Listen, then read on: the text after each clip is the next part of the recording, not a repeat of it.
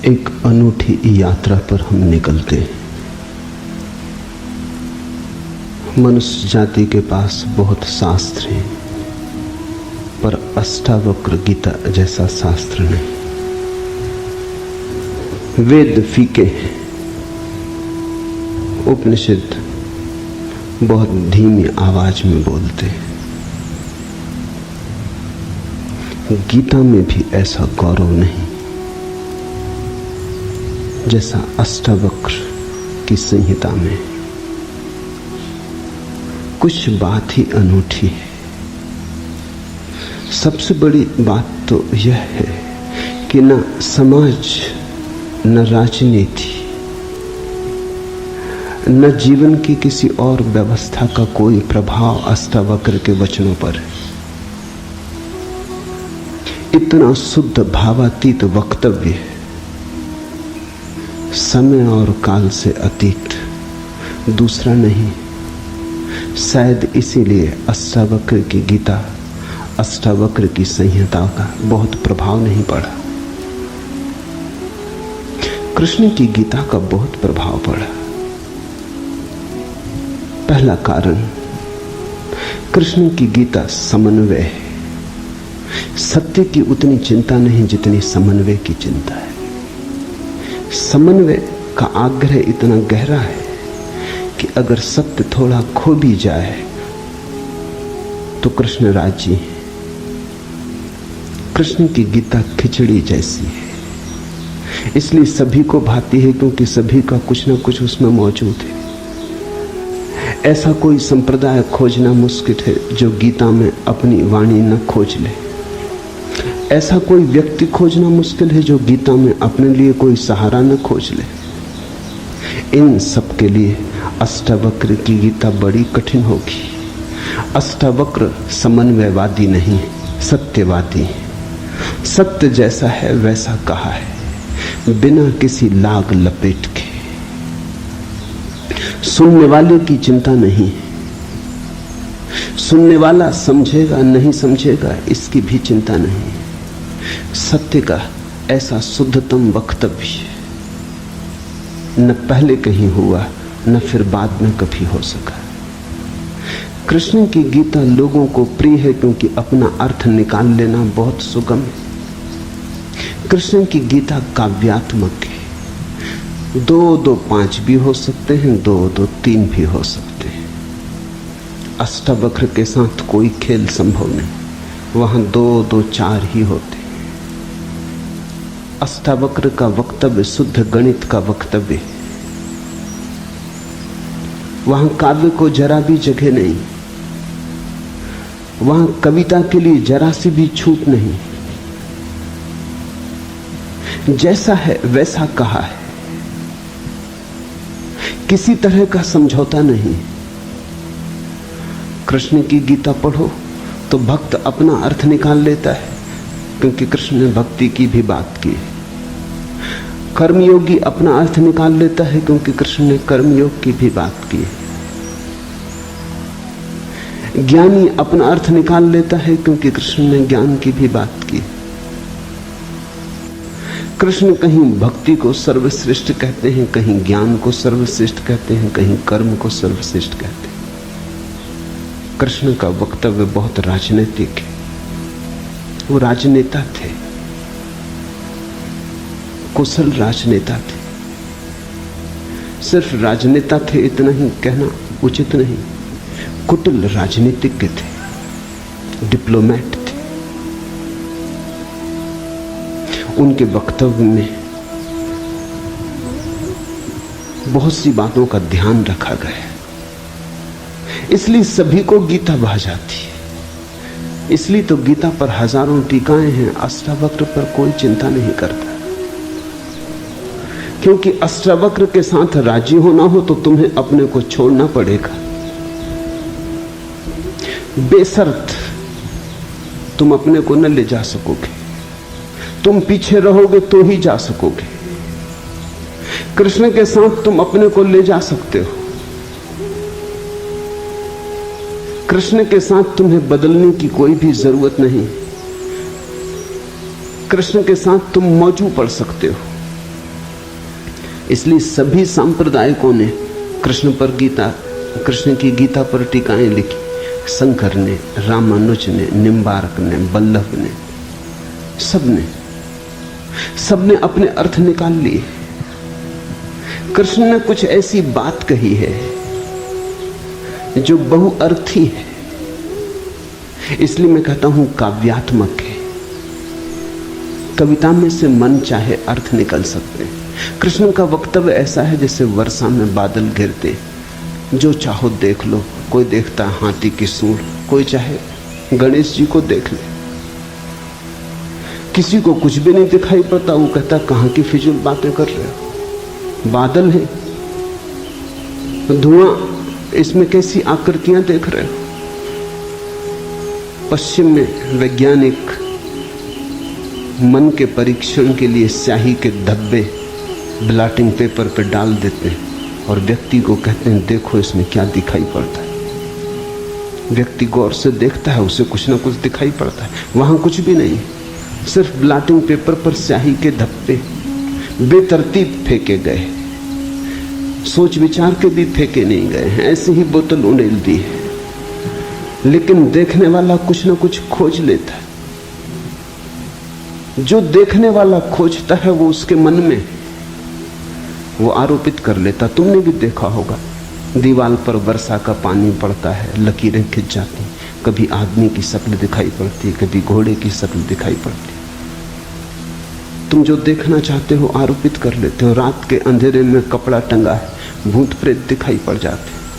कृष्ण की गीता ऐसी ही है, जो तुम्हारे मन में है दिखाई पड़ जाए। तो शंकर ज्ञान देख लेते हैं, रामानुज भक्ति देख लेते हैं, तिलक कर्म देख लेते हैं, और सब अपने घर प्रसन्नचित्त लौट आते कि ठीक कृष्ण वही कहते हैं जो हमारी मान्यता है।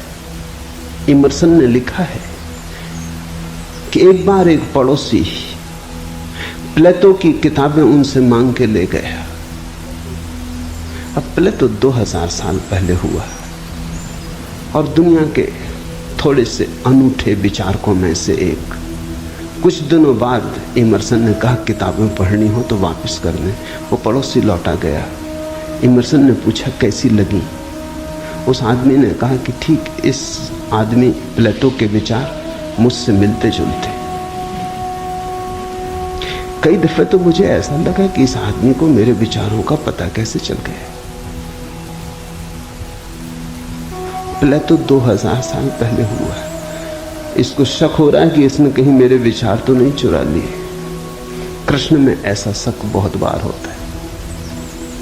इसलिए कृष्ण पर सदियां बीत गई, टीकाएं चलती जाती, हर सदी अपना अर्थ खोज लेती है, हर व्यक्ति अपना अर्थ खोज लेता है।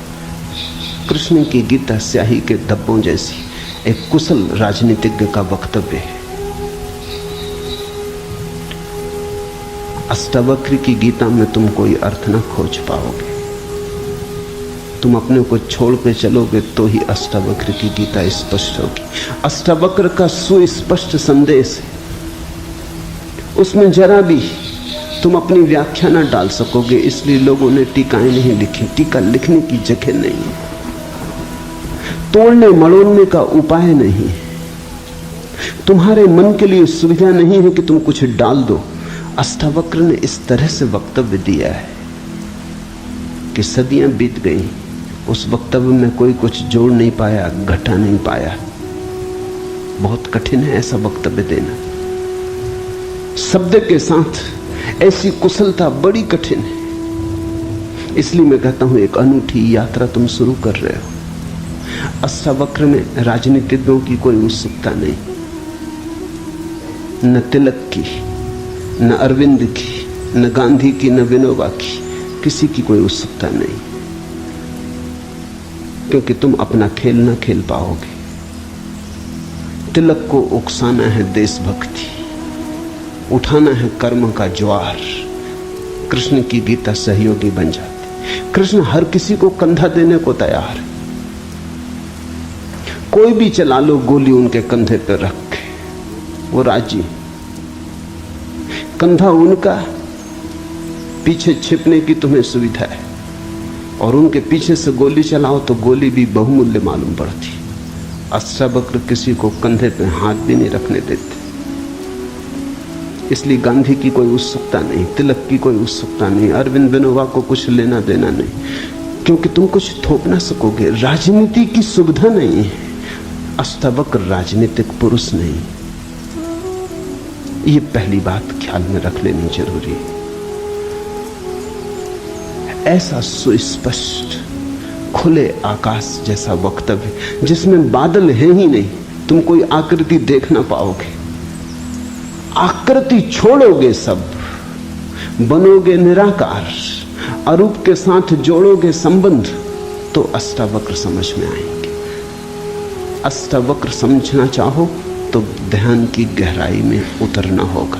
कोई व्याख्या से काम होने वाला नहीं। और ध्यान के लिए भी अष्टावक्र नहीं कहते कि तुम बैठ के राम राम जपो। अष्टावक्र कहते हैं तुम कुछ भी करो वो ध्यान ना होगा। करता जहां है वहां ध्यान कैसा? जब तक करना है तब तक भ्रांति है। जब तक करने वाला मौजूद है तब तक अहंकार मौजूद है। अष्टावक्र कहते हैं साक्षी हो जाना है ध्यान। जहां करता छूट जाता तुम सिर्फ देखने वाले रह जाते। दृष्टा मात्र हो जाने में ही दर्शन, दृष्टा मात्र हो जाने में ही ध्यान, दृष्टा मात्र हो जाने में ही ज्ञान है। इसके पहले कि हम सूत्र में उतरे, अष्टावक्र के संबंध में कुछ बातें समझ लेनी जरूरी है। ज्यादा पता नहीं, क्योंकि न तो वे सामाजिक पुरुष थे न राजनीतिक, तो इतिहास में कोई उल्लेख नहीं।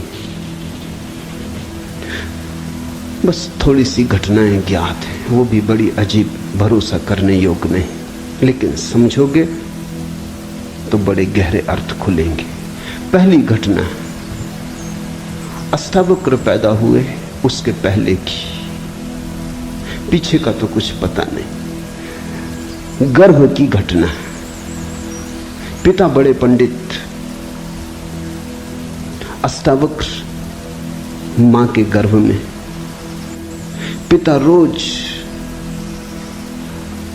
वेद का पाठ करते और अष्टावक्र गर्भ में सुनते। एक दिन अचानक गर्भ से आवाज आती कि रुको भी, ये सब बकवास है, ज्ञान इसमें कुछ भी नहीं, बस शब्दों का संग्रह। शास्त्र में ज्ञान कहां? ज्ञान स्वयं में। शब्द में सत्य कहां? सत्य स्वयं में।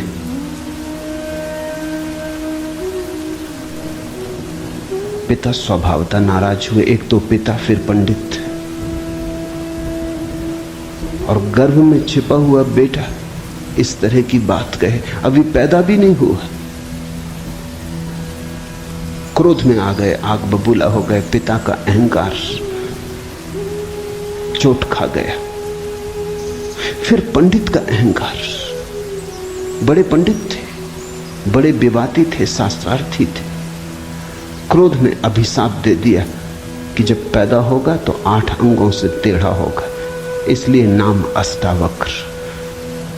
8 जगह से कुबड़े पैदा हुए, 8 जगह से ऊंट की भांति इर्छे तिरछे।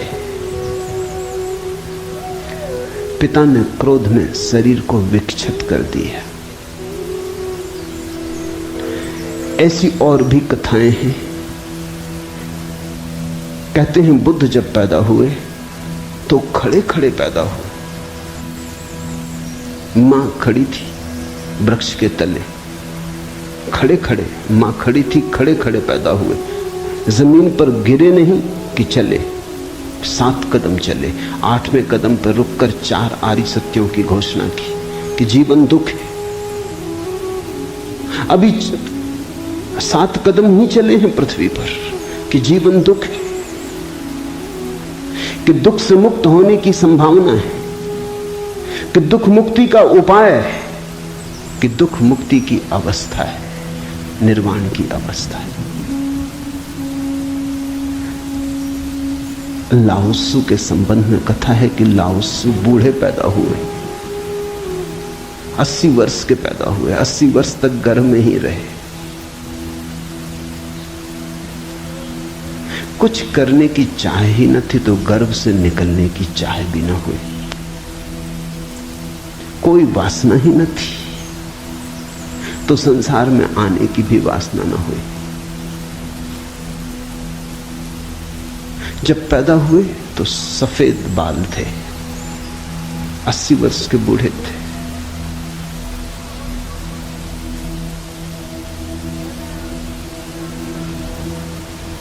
जरथुस्त्र के संबंध में कथा है कि जब जरथुस्त्र पैदा हुए तो पैदा होते से ही खिलखिला के हंसे, मगर इन सबको मात कर दिया अष्टावक्र।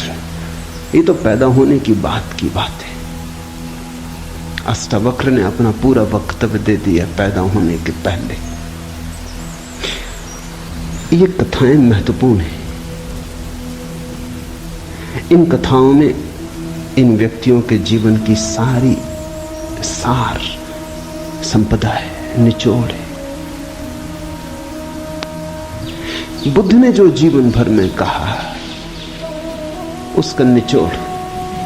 बुद्ध ने अष्टांगिक मार्ग का उपदेश दिया तो 7 कदम चले, 8वें पर रुक गए। 8 अंग है कुल।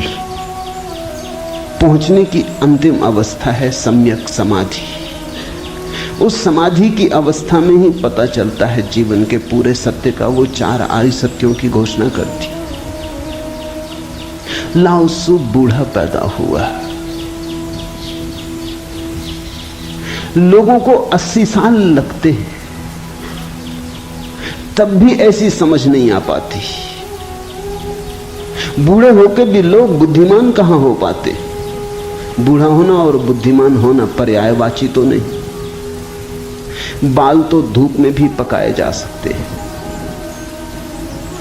लाओत्सु की कथा इतना ही कहती है कि अगर जीवन में त्वरा हो, तीव्रता हो, तो जो 80 साल में घटता है वो एक क्षण में घट सकता है। प्रज्ञा की तीव्रता हो तो एक क्षण में घट सकता है। बुद्धि मलिन हो तो 80 साल में भी कहां घटता है। जरथुस्त्र जन्म के साथ ही हंसे। जरथुस्त्र का धर्म अकेला धर्म है दुनिया में जिसको हंसता हुआ धर्म कह सकते। अति पार्थिव पृथ्वी का धर्म है। इसलिए तो पारसी दूसरे धार्मिकों को धार्मिक नहीं मालूम होते, नाचते गाते प्रसन्न। जरथुस्त्र का धर्म हंसता हुआ धर्म है, जीवन के स्वीकार का धर्म है, निषेध नहीं है, त्याग नहीं है। तुमने कोई पारसी साधु देखा? नंग धड़ंग खड़ा हो जाए, छोड़ दे, धूप में खड़ा हो जाए, धूनी रमा के बैठ जाए? नहीं, पारसी धर्म में जीवन को सताने, कष्ट देने की कोई व्यवस्था नहीं। जरथुस्त्र का सारा संदेश यही है कि जब हंसते हुए परमात्मा को पाया जा सकता है तो रोते हुए क्यों पाना। जब नाचते हुए पहुंच सकते हैं उस मंदिर तक तो नाहक कांटे क्यों बोने। जब फूलों के साथ जाना हो सकता है तो ये दुखवाद क्यों। इसलिए ठीक है, प्रतीक ठीक है कि जरथुस्त्र पैदा होते हंसे। इन कथाओं में इतिहास मत खोजना, ऐसा हुआ है ऐसा नहीं है। लेकिन इन कथाओं में एक बड़ा गहरा अर्थ है। तुम्हारे पास एक बीज पड़ा है। जब तुम बीज को देखते हो तो इससे पैदा होने वाले फूल की कोई भी तो खबर नहीं मिलती। ये क्या हो सकता है इसकी भनक भी तो नहीं आती। ये कमल बनेगा, खिलेगा, जल में रहेगा और जल से अछूता रहेगा, सूरज की किरणों पर नाचेगा और सूरज भी ईर्ष्यालु होगा इसके सौंदर्य से, इसकी कोमलता से। इसके अपूर्व गरिमा, इसके प्रसाद से इसकी सुगंध आकाश में उड़ेगी। ये बीज को देखकर तो पता भी नहीं चलता, बीज को तो देख के इसकी कोई कल्पना भी नहीं कर सकता, अनुमान भी नहीं कर सकता। लेकिन एक दिन ये घटता है। तो दो तरह से हम सोच सकते हैं। या तो हम बीज को पकड़ लें जोर से और हम कहें जो बीज में दिखाई नहीं पड़ा वो कमल में भी घट नहीं सकता। ये भ्रम है, ये धोखा है, ये झूठ है। जिनको हम तर्कनिष्ठ कहते हैं, संदेहशील कहते हैं, उनका यही आधार है। वो कहते हैं जो बीज में नहीं दिखाई पड़ा वो फूल में हो नहीं सकता, कहीं भ्रांति हो रही है। इसलिए संदेहशील व्यक्ति बुद्ध को मान नहीं पाता, महावीर को स्वीकार नहीं कर पाता, जीसस को अंगीकार नहीं कर पाता, क्योंकि वो कहते हैं हमने जाना इनको। जीसस अपने गांव में आए, बड़े हैरान हुए, गांव के लोगों ने कोई चिंता ही न की। जीसस का वक्तव्य है कि पैगंबर की अपने गांव में पूजा नहीं होती। कारण क्या रहा होगा, क्यों नहीं होती गांव में पूजा पैगंबर की? गांव के लोगों ने बचपन से देखा, बड़े ही जोसेफ का लड़का है, लकड़ियां ढोते देखा, रिंदा चलाते देखा, लकड़ियां चीरते देखा, पसीने से लथपथ देखा, सड़कों पर खेलते देखा, झगड़ते देखा। गांव के लोग इसे बचपन से जानते हैं, बीज की तरह देखा। आज अचानक ये हो कैसे सकता है कि परमात्मा का पुत्र हो गए? नहीं, जिसने बीज को देखा है वो फूल को मान नहीं पाता। वो कहता है जरूर धोखा होगा, बेईमानी होगी, ये आदमी पाखंडी है। बुद्ध अपने घर वापस लौटे तो पिता, सारी दुनिया को जो दिखाई पड़ रहा था वो पिता को दिखाई नहीं पड़ा। सारी दुनिया अनुभव कर रही थी एक प्रकाश, दूर दूर तक खबरें जा रही थी, दूर देशों से लोग आने शुरू हो गए थे। लेकिन जब वो वापस बुद्ध घर आए 12 साल बाद, तो पिता ने कहा मैं तुझे अभी भी क्षमा कर सकता हूं, यद्यपि तूने काम तो बुरा किया है, सताया तो तूने हमें, अपराध तो तूने किया, लेकिन मेरे पास पिता का हृदय, मैं माफ कर दूंगा, द्वार तेरे लिए खुले, मगर फेंक ये भिक्षा का पात्र, हटा ये भिक्षु का वेश, ये सब नहीं चलेगा। तो वापस लौटा, ये राज्य तेरा है, मैं बूढ़ा हो गया, इसको कौन संभालेगा? हो गया बचपना बहुत, अब बंद करो ये सब खेल। बुद्ध ने कहा कृपा कर मुझे देखे तो, जो गया था वो वापस नहीं आया है, ये कोई और ही आया है जो आपके घर पैदा हुआ था, वही वापस नहीं आया है, ये कोई और ही आया है, बीज फूल होके आया है। गौर से तो देखो, पिता ने कहा तू मुझे सिखाने चला है। पहले दिन से जब तू पैदा हुआ था तब से तुझे जानता हूं। किसी और को धोखा देना, किसी और को समझा लेना, भ्रम में डाल देना, मुझे तू भ्रम में न डाल पाएगा। मैं फिर कहता हूं, मैं तुझे भली भांति जानता हूं, मुझे कुछ सिखाने को चेष्टा मत कर, क्षमा करने को मैं राजी हूं। बुद्ध ने कहा आप और मुझे जानते हैं, मैं तो स्वयं को भी नहीं जानता था, अभी अभी किरणें उतरी हैं और स्वयं को जानो, क्षमा करे। लेकिन ये मुझे कहना ही पड़ेगा कि जिसको आपने देखा वो मैं नहीं हूं, और जहां तक आपने देखा वो मैं नहीं हूं। बाहर बाहर आपने देखा, भीतर आपने कहां देखा? मैं आपसे पैदा हुआ हूं, लेकिन आपने मुझे निर्मित नहीं किया। मैं आपसे आया हूं जैसे एक रास्ते से कोई राहगीर आता है, लेकिन रास्ता और राहगीर का क्या लेना देना? कल रास्ता कहने लगे कि मैं तुझे पहचानता हूं, तू मेरे हिस्से तो होकर आया। ऐसे ही आप कह रहे हैं, आपके पहले भी मैं था, जन्मों जन्मों से मेरी यात्रा चल रही, आपसे गुजरा जरूर, ऐसा मैं औरों से भी गुजरा हूं, और भी मेरे पिता थे, और भी मेरी माताएं थी, लेकिन मेरा होना बड़ा अलग थलग है, कठिन है, बहुत अति कठिन है। अगर बीज देखा तो फूल पे भरोसा नहीं आता, एक तो ढंग है अश्रद्धालु का, तर्कवादी का, संदेहशील का, कि वो कहता है बीज को हम पहचानते हैं तो फूल हो नहीं सकता, हम कीचड़ को जानते हैं उस कीचड़ से कमल हो कैसे सकता है, सब गलत, सपना होगा, भ्रांति होगी, किसी मोहजाल में पड़ गए होगे, किसी ने धोखा दे दिया, कोई जादू, कोई तिलिस्म।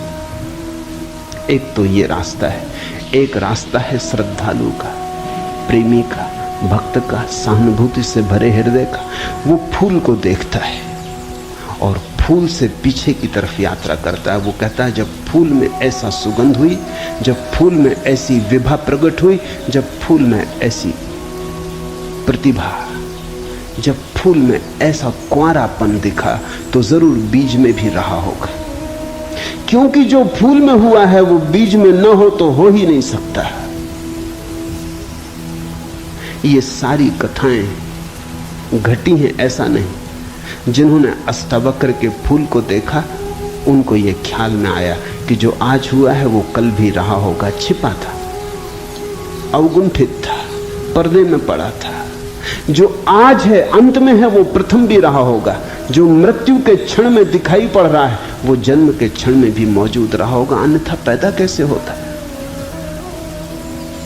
तो एक तो ढंग है फूल से पीछे की तरफ देखना और एक है बीज से आगे की तरफ देखना।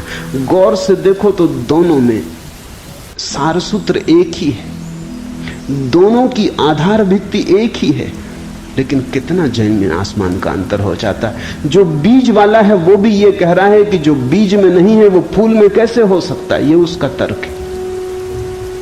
फूल वाला भी यही कह रहा है, वो कह रहा है जो फूल में है वो बीज में भी होना ही चाहिए।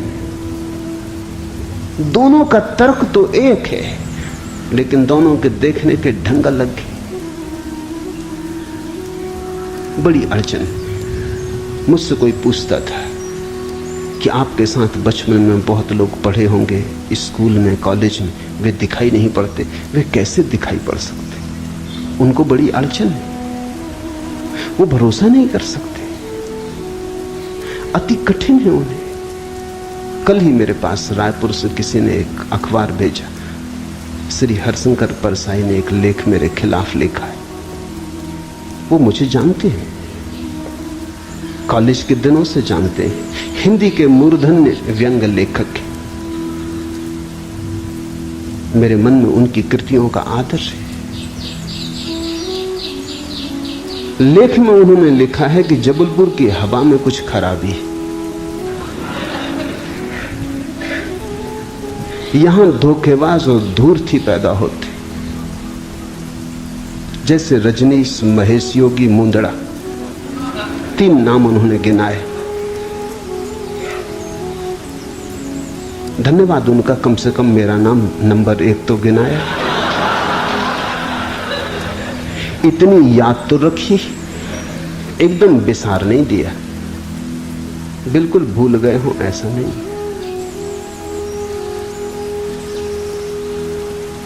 लेकिन अड़चन स्वाभाविक है, सीधी साफ है, मैं उनकी बात समझ सकता हूं। ये असंभव है बीज को देखा तो फूल में भरोसा। फिर जिन्होंने फूल को देखा उन्हें बीज में भरोसा मुश्किल हो जाता है। तो सभी महापुरुषों की जीवन कथाएं 2 ढंग से लिखी जाती हैं। जो उनके विपरीत हैं वो बचपन से यात्रा शुरू करते हैं, जो उनके पक्ष में है वो अंत से यात्रा शुरू करते हैं और बचपन की तरफ जाते हैं। दोनों एक अर्थ में सही है, लेकिन जो बचपन से यात्रा करके अंत की तरफ जाते हैं वो वंचित रह जाते हैं। उनका सही होना उनके लिए आत्मघाती है। जो अंत से यात्रा करते हैं वो पीछे की तरफ जाते हैं, वो धन्यभागी, क्योंकि बहुत कुछ उन्हें अनायास मिल जाता है जो कि पहले तर्कवादियों को नहीं मिल पाता। अब न केवल मैं गलत मालूम होता हूं, मेरे कारण जबलपुर तक की हवा उनको गलत मालूम होती। कुछ भूल हवा पानी में होनी चाहिए। यदि मैं उनको कहना चाहूंगा जबलपुर को कोई हक नहीं है मेरे संबंध में, हवा पानी को अच्छा या खराब तय करने का। जबलपुर से मेरा कोई बहुत नाता नहीं, थोड़े दिन वहां था। महेश योगी भी थोड़े दिन वहां थे, उनका भी कोई नाता नहीं। हम दोनों का नाता किसी और जगह से है। उस जगह के लोग इतने सोए हैं कि उन्हें अभी खबर ही नहीं है। महेश योगी और मेरा जन्म पास ही पास हुआ, दोनों गाडरवाड़ा के आसपास पैदा हुए। उनका जन्म चिचली में हुआ, मेरा जन्म कुचवाड़े में हुआ। अगर हवा पानी खराब है तो वहां का होगा। इसका दुख गाडरवाड़ा को होना चाहिए, कभी होगा, या सुख। जबलपुर को इसमें बीच में आना नहीं चाहिए। लेकिन मन कैसे तर्क रचता है। अब जो अष्टावक्र की कथा को देखेगा वो सुनते से ही कह देगा गलत, असंभव। ये तो कथा जिन्होंने लिखी है उनको भी पता है कि कहीं कोई गर्व से बोलता है। वो तो केवल इतना कह रहे हैं कि जो आखिर में प्रकट हुआ वो गर्भ में मौजूद रहा होगा। जो वाणी आखिर में खिली वो किसी न किसी गहरे तल पर गर्भ में भी मौजूद रही होगी, अन्यथा खिलती कहां से, आती कहां से? सुनने से थोड़ी कुछ आता है, हर चीज के पीछे कारण है। नहीं देख पाए हो हम, लेकिन था तो मौजूद। ये सारी कथाएं इसी का सूचक देती हैं। अष्टावक्र के संबंध में दूसरी बात जो ज्ञात है वो है जब वे 12 वर्ष के थे। बस 2 ही बातें ज्ञात हैं। तीसरी उनकी अष्टावक्र गीता है, या कुछ लोग कहते हैं अष्टावक्र संहिता। जब वे 12 वर्ष के थे तो एक बड़ा विशाल शास्त्रार्थ जनक ने रचा। जनक सम्राट थे और उन्होंने सारे देश के पंडितों को निमंत्रण दिया और उन्होंने 1000 गायें राजमहल के द्वार पर खड़ी कर दी और उन्होंने गायों के सींगों पर सोना मढ़ दिया और हीरे जवाहरात लटका दिए और कहा जो भी विजेता होगा वो इन गांवों को हाँक के ले जाए। बड़ा विवाद हुआ। अष्टावक्र के पिता भी उस विवाद में गए। खबर आई सांझ होते होते कि पिता हार रहे हैं। सबसे तो जीत चुके थे, वंदन नाम के एक पंडित से हारे जा रहे हैं। ये खबर सुन के अष्टावक्र भी राजमहल पहुंच गया। सभा सजी थी, विवाद अपनी आखिरी चरम अवस्था में था, निर्णायक घड़ी करीब आती थी। पिता के हारने की स्थिति बिल्कुल पूरी तय हो चुकी थी। अब हारे तब हारे की अवस्था थी। अष्टावक्र दरबार में भीतर चला गया। पंडितों ने उसे देखा, महापंडित इकट्ठे थे। उसका 8 अंगों से टेढ़ा मेढ़ा शरीर, वो चलता तो भी देख के लोगों को हंसी आती। उसका चलना भी बड़ा हास्यास्पद था। सारी सभा हंसने लगी। अष्टावक्र भी खिल के हंसा। जनक ने पूछा, और सब हंसते हैं वो तो मैं समझ गया क्यों हंसते, लेकिन बेटे तू क्यों हंसा? अष्टावक्र ने कहा, मैं इसलिए हंस रहा हूं कि इन चम्हारों की सभा में सत्य का निर्णय हो रहा है। बड़ा आदमी अनूठा रहा होगा। ये चम्हार यहां क्या कर रहे हैं? सन्नाटा छा गया। चम्हार? सम्राट ने पूछा, तेरा मतलब? उसने कहा, सीधी सी बात है, इनको चमड़ी ही दिखाई पड़ती, मैं नहीं दिखाई पड़ता। मुझसे सीधा साधा आदमी खोजना मुश्किल है, वो तो इनको दिखाई ही नहीं पड़ता। इनको आड़ा टेढ़ा शरीर दिखाई पड़ता है। ये चम्हार है, ये चमड़ी के पारखी। राजन, मंदिर के टेढ़े होने से कहीं आकाश टेढ़ा होता है?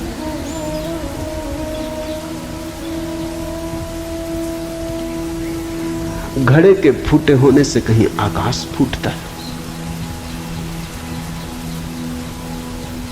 आकाश तो निर्विकार है, मेरा शरीर टेढ़ा मेढ़ा है, लेकिन मैं तो नहीं। ये जो भीतर बसा है इसकी तरफ तो देखो, इससे तुम सीधा साधा और कुछ खोज ना सकोगे।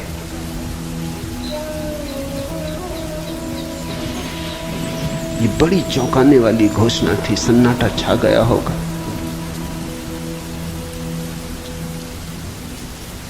जनक प्रभावित हुआ, झटका खाया।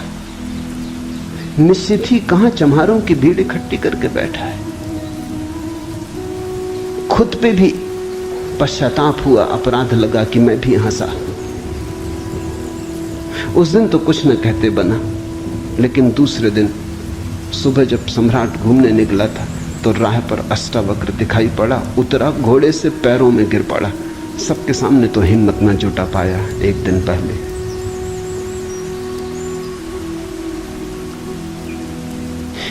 दिन पहले तो कहा था, बेटे तू क्यों हंसता है? 12 साल का लड़का था।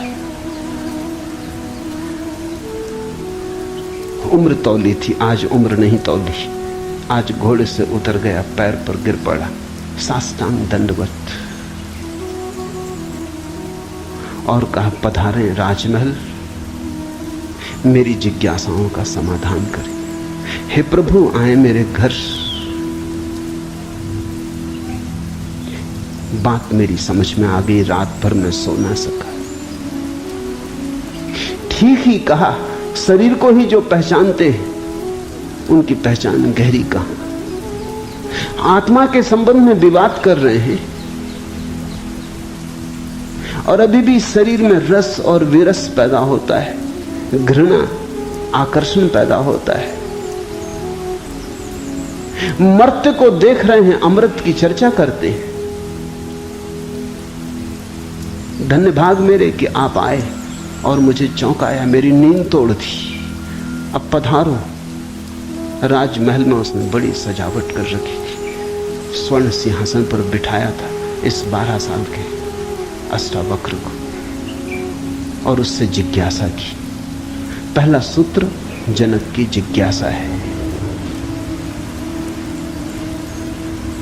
जनक ने पूछा है, अष्टावक्र ने समझाया है। इससे ज्यादा अष्टावक्र के संबंध में और कुछ पता नहीं, और कुछ पता होने की जरूरत भी नहीं। काफी है, इतना बहुत है। हीरे बहुत होते भी नहीं, कंकड़ पत्थर ही बहुत होते।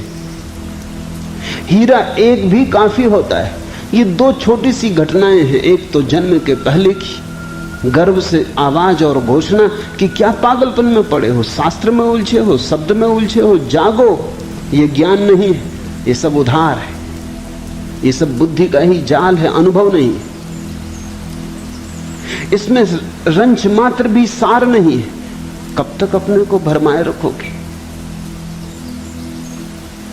और दूसरी घटना, राजमहल में हंसना पंडितों का और कहना अष्टावक्र का कि जीवन में देखने की 2 दृष्टियां हैं, एक आत्मदृष्टि, एक चर्म दृष्टि। चम्हार चमड़ी को देखता है, प्रज्ञावान आत्मा को देखता है। तुमने गौर किया? चम्हार तुम्हारे चेहरे की तरफ देखते नहीं, वो जूते को ही देखता। असल में चम्हार जूते को देख के सब पहचान लेता तुम्हारे संबंध में कि आर्थिक हालत कैसी है, सफलता मिल रही कि विफलता मिल रही, भाग्य कैसा चल रहा, वो सब जूते में लिखा है। जूते की सिलवटें कह देती, जूते की दशा कह देती। जूते में तुम्हारी आत्मकथा लिखी, चम्हार पढ़ लेता। जूते में चमक, जूते का ताजा और नया होना, चम्हार तुमसे प्रसन्नता से मिलता है। जूता ही उसके लिए तुम्हारी आत्मा का सबूत है। दर्जी कपड़े देखता है, तुम्हारा कोट कपड़ा देख के समझ लेता हालत कैसी। सबकी अपनी बंधी हुई दृष्टियां हैं। सिर्फ आत्मवान ही आत्मा को देखता है। उसकी कोई दृष्टि नहीं है, उसके पास दर्शन है। एक छोटी घटना और जो अष्टावक्र के जीवन से संबंधित नहीं, रामकृष्ण और विवेकानंद के जीवन से संबंधित है, लेकिन अष्टावक्र से उसका जोड़ है। फिर हम सूत्रों में प्रवेश करें। विवेकानंद रामकृष्ण के पास आए तब उनका नाम नरेंद्रनाथ था। विवेकानंद तो बाद में रामकृष्ण ने उनको पुकारा। जब आए रामकृष्ण के पास तो अति विवादी थे, नास्तिक थे, तर्कवादी थे, हर चीज के लिए प्रमाण चाहते थे। कुछ चीजें हैं जिनके लिए कोई प्रमाण नहीं, मजबूरी है। परमात्मा के लिए कोई प्रमाण नहीं है और प्रमाण नहीं है। प्रेम के लिए कोई प्रमाण नहीं है और प्रमाण नहीं। सौंदर्य के लिए कोई प्रमाण नहीं है और प्रमाण नहीं है। अगर मैं कहूं देखो ये खजूरेना के वृक्ष कैसे सुंदर, और तुम कहो हमें तो कोई सौंदर्य दिखाई नहीं पड़ता, वृक्ष जैसे वृक्ष, सिद्ध करें मुश्किल हो जाएगी। कैसे सिद्ध करें कि सुंदर है? सुंदर होने के लिए सौंदर्य की परख चाहिए और तो कोई उपाय नहीं। आंख चाहिए और तो कोई उपाय नहीं। कहते हैं मजनू ने कहा कि लैला को जानना हो तो मजनू की आंख चाहिए। ठीक कहा, लैला को देखने का और कोई उपाय ही नहीं। मजनू को बुलाया था उसके गांव के राजा ने और कहा था तू पागल है, मैं तेरी लैला को जानता हूं, साधारण सी लड़की है, काली कलूटी, कुछ खास नहीं, तुझ पे मुझे दया आती। ये मेरे राजमहल की 12 लड़कियां खड़ी, ये इस देश की सुंदरतम स्त्रियां, इनमें से तू कोई भी चुन ले, ये तुझे रोते देख के मेरा भी प्राण रोता है। उसने देखा और उसने कहा इनमें तो लैला कोई भी नहीं, ये तो लैला के मुकाबले तो दूर, उसके चरण की धूल भी नहीं। सम्राट कहने लगा मजनू तू पागल है। मजनू ने कहा यह हो सकता है, लेकिन एक बात आपसे कहना चाहता हूं, लैला को देखना हो तो मजनू की आंख चाहिए।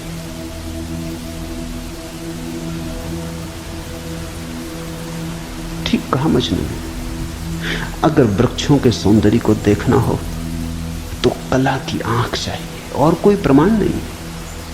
अगर किसी के प्रेम को पहचानना हो तो प्रेमी का हृदय चाहिए और कोई प्रमाण नहीं। और परमात्मा तो इस जगत के सारे सौंदर्य और सारे प्रेम और सारे सत्य का इकट्ठा नाम है।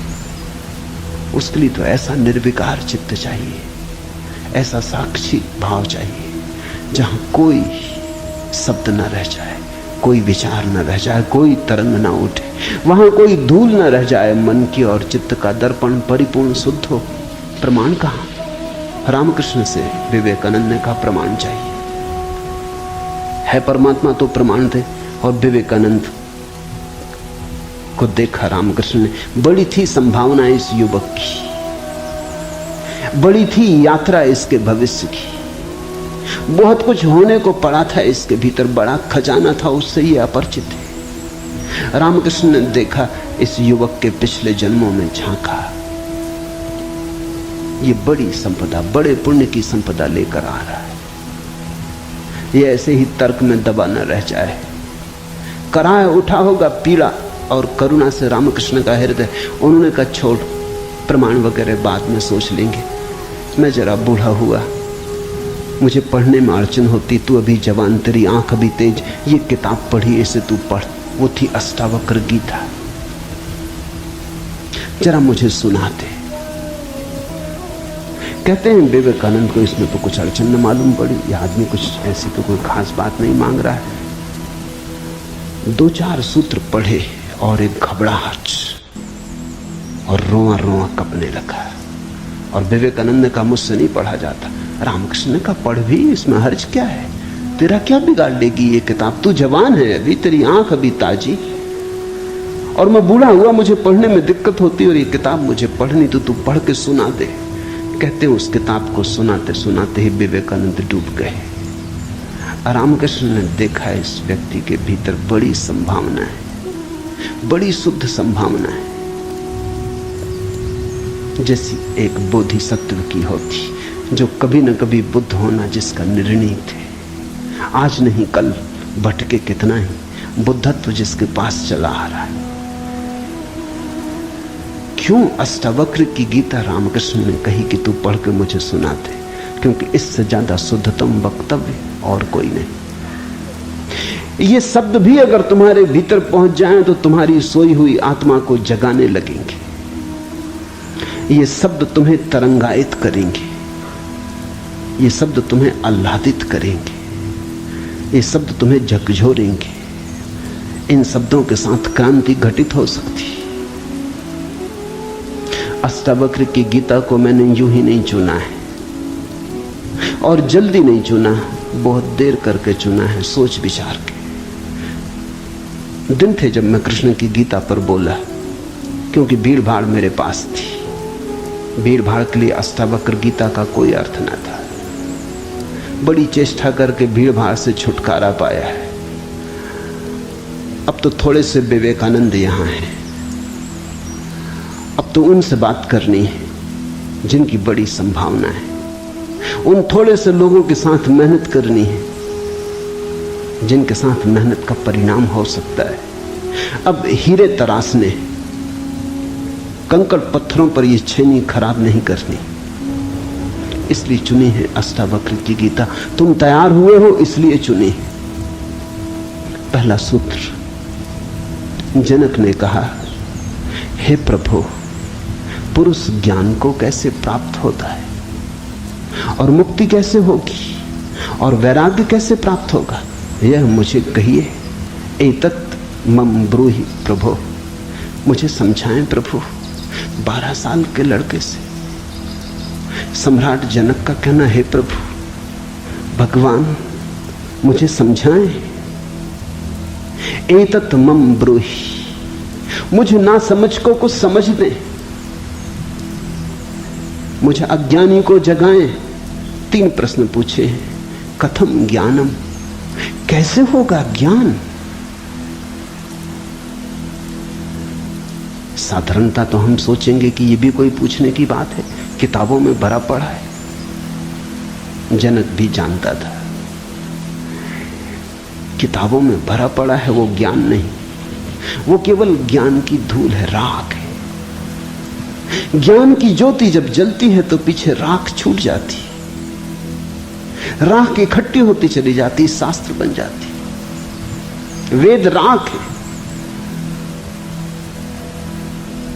कभी जलते हुए अंगारे थे, ऋषियों ने उन्हें अपनी आत्मा में जलाया था, फिर राख रह गए।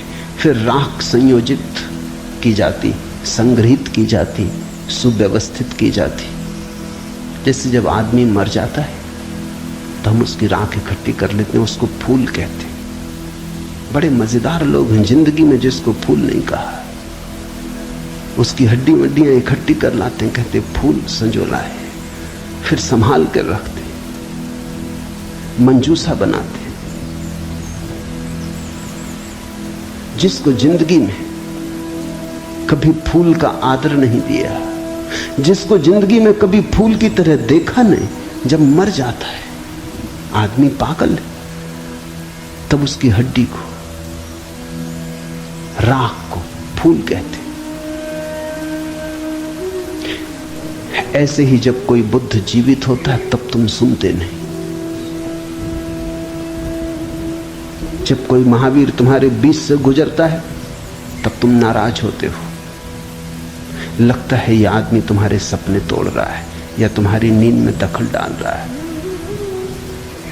ये कोई जगाने का वक्त है? अभी अभी तो सपना आना शुरू हुआ था, अभी अभी तो जरा जीतना शुरू किया था जिंदगी में, अभी अभी तो दांव ठीक लगने लगे थे, तीर ठीक ठीक जगह पड़ने लगा था, और ये सज्जन आ गए। ये कहते हैं सब आसार है। अभी अभी तो चुनाव जीते थे, पद पे पहुंचने का रास्ता बना था, और ये महापुरुष आ गए। ये कहते हैं ये सब सपना है, इसमें कुछ सार नहीं, मौत आएगी सब छीन लेगी। छोड़ो भी, जब मौत आएगी तब देखेंगे, बीच में तो इस तरह की बातें मत उठाओ। लेकिन जब महावीर मर जाते, बुद्ध मर जाते, तब उनकी राख को हम इकट्ठी कर लेते, फिर हम धम्म पद बनाते, वेद बनाते, फिर हम पूजा के फूल चढ़ाते। जनक भी जानता था कि शास्त्रों में सूचनाएं भरी पड़ी, लेकिन उसने पूछा कथम ज्ञानम, कैसे होगा ज्ञान? क्योंकि कितना ही जान लो ज्ञान तो होता ही नहीं।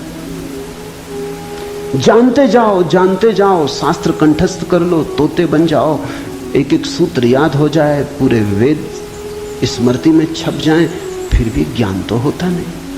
कथम ज्ञानम, कैसे होता ज्ञान? कथम मुक्ति, मुक्ति कैसे होगी? क्योंकि जिसको तुम ज्ञान कहते हो वो तो बांध लेता उल्टे, मुक्त कहां करता? ज्ञान तो वही है जो मुक्त करे। जीसस ने कहा है सत्य वही है जो मुक्त करे, ज्ञान तो वही है जो मुक्त करे। ये ज्ञान की कसौटी है। पंडित मुक्त तो दिखाई नहीं पड़ता, बंधा दिखाई पड़ता है, मुक्ति की बातें करता है, मुक्त दिखाई नहीं पड़ता है, हजार बंधनों में बंधा हुआ मालूम पड़ता है। तुमने कभी गौर किया, तुम्हारे तथाकथित संत तुमसे भी ज्यादा बंधे हुए मालूम पड़ते। तुम शायद थोड़े बहुत मुक्त भी हो, तुम्हारे संत तुमसे भी ज्यादा बंधे, लकीर के फकीर हैं। न उठ सकते स्वतंत्रता से, न बैठ सकते स्वतंत्रता से, न जी सकते स्वतंत्रता से। कुछ दिनों पहले कुछ जैन साध्वियों की मेरे पास खबर आई कि वो मिलना चाहती, मगर श्रावक आने नहीं देते। ये भी बड़े मजे की बात है। साधु का अर्थ होता है जिसने फिक्र छोड़ी समाज की, जो चल पड़ा अरण्य की यात्रा पर, जिसने कहा अब न तुम्हारे आदर की मुझे जरूरत है, न सम्मान की। लेकिन साधु साध्वी कहते हैं श्रावक आने नहीं देते। वो कहते वहां भूल के मत जाना, वहां गए तो ये दरवाजा बंद। ये कोई साधुता हुई? ये तो परतंत्रता हुई, गुलामी हुई। ये तो बड़ी उल्टी बात हुई। ये तो ऐसा हुआ कि साधु श्रावक को बदले, उसकी जगह श्रावक साधु को बदल रहा है।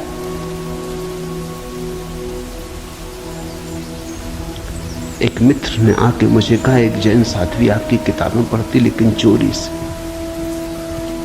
टेप भी सुनना चाहती लेकिन चोरी से, और अगर कभी किसी के सामने आपका नाम भी ले दो तो वो इस तरह हो जाती जैसे उसने कभी आपका नाम सुना ही नहीं।